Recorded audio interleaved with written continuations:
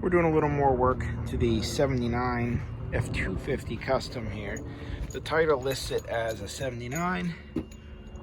The info on the sticker says manufactured in December of 1978, so it's probably accurate. Again, this is the dually conversion truck. Today it's just been, we learned it has a small block Ford,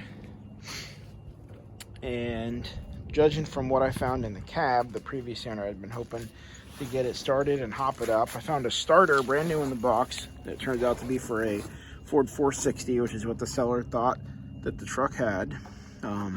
New air filter, it's non-motor specific. And then this box is his, I guess, his hop-up kit here. We had starting fluid, a can of carburetor cleaner.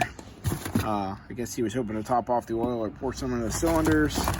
We got a couple cans of Lucas upper cylinder lubricant and injector cleaner.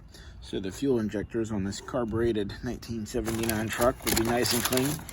I don't think I've ever actually heard of this stuff or used it before. We'll see how it is. Some fuel hose. I'm guessing he was going to try and get it running off a gas can. And spark plugs. I think there's points and spark plugs in there, if I remember correctly. I don't think he's going to try and get it running off this gas can. I think he was planning on it. This thing, as you can see, just from the crud inside the neck, I'd say it's done. So my plans for this truck are just to harvest the parts I need off of it. Keep the cab for parts for the crew cab and the super cabs that I have that I'm working on. This motor may end up in something, or I may end up reselling it. I really was hoping it was a 460. But as I said in the other video, I was not paying attention.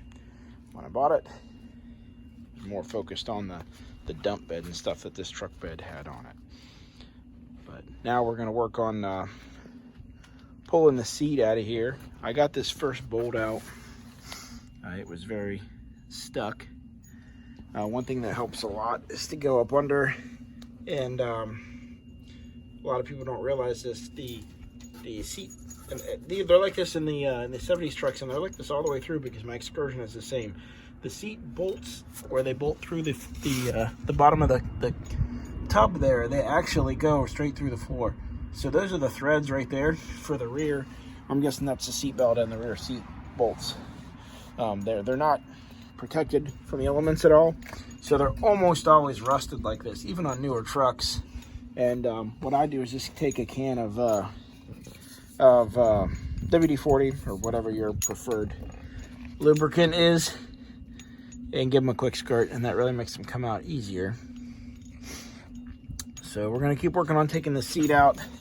I don't know what I'm gonna do with this seat. It looks like it's pretty trashed. I won't know for sure until I take off this cover. The foam's got some cavity taken out of it. The crew cab came to me missing a seat. I have at least one, and I think two seats in storage, front seats. So it's not a big deal, but since I have that one out of there, I'll go ahead and stick it in here just to keep it somewhat out of the rain. I don't have the rear doors or the rear window in that cab yet. So that's today's project. And we'll go ahead and stick you back here. And we'll get... One of the fun things about working on these old trucks is you never know what you're going to find under a seat. Here's some old Made in the USA Craftsman vice grips. It's cool. They're a little bit rusty, but a little soaked in some oil will be good as new. That's cool. Probably can't buy those anymore. So we made enough progress on our seat that I can see the bolts. So we're going to go ahead and zip them out.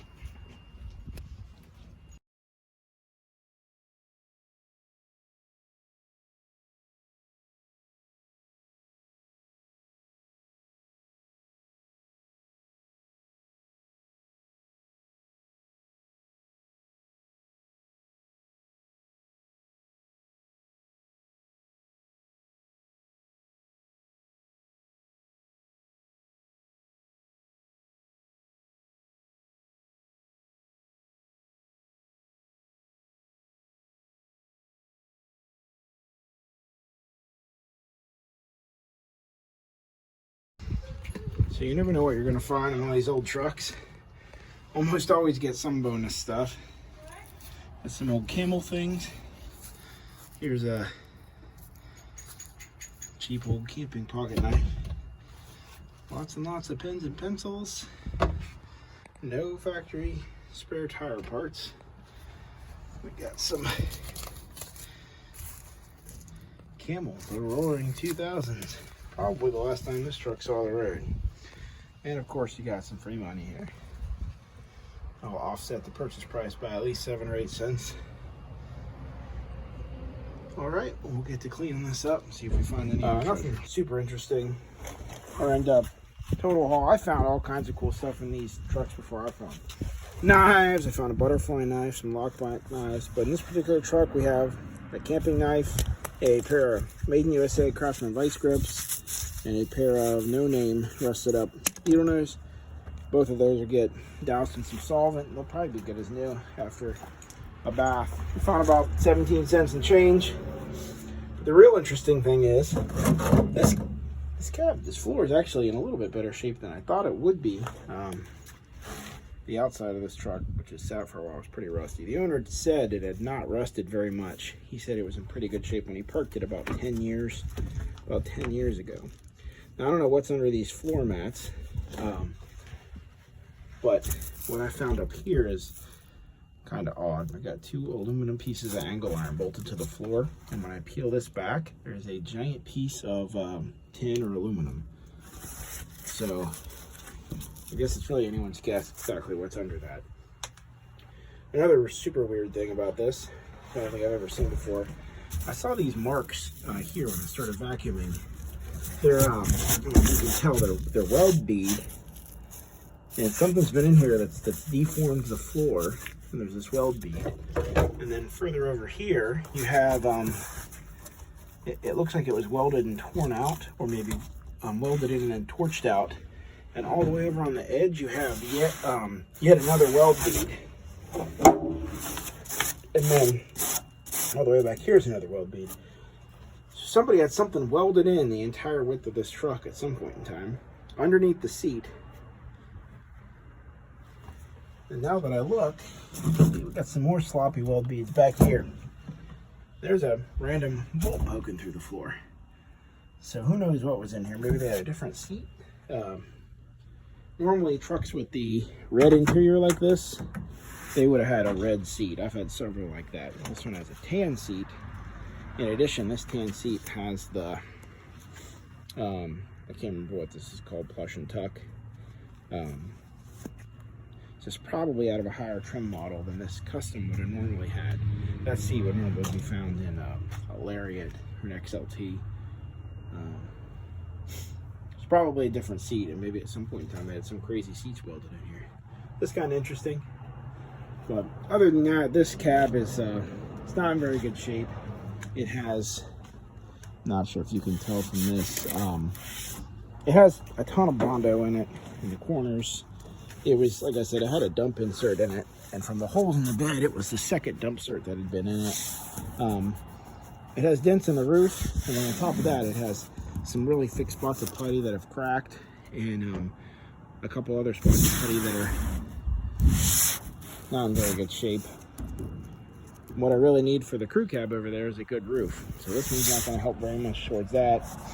And then on top of that, it's just rotted out in all the typical spots. So if anybody sees this and they're interested in saving it, give me a shout out here in Charlestown, West Virginia. And I'll give you a great deal on it if you need it or need some parts off of it. Otherwise, I don't know how long I'm going to keep this thing around. There are not a ton of parts that I need off this cab. It's just kind of rusted in all the wrong spots for me to be able to use it for a patch panel.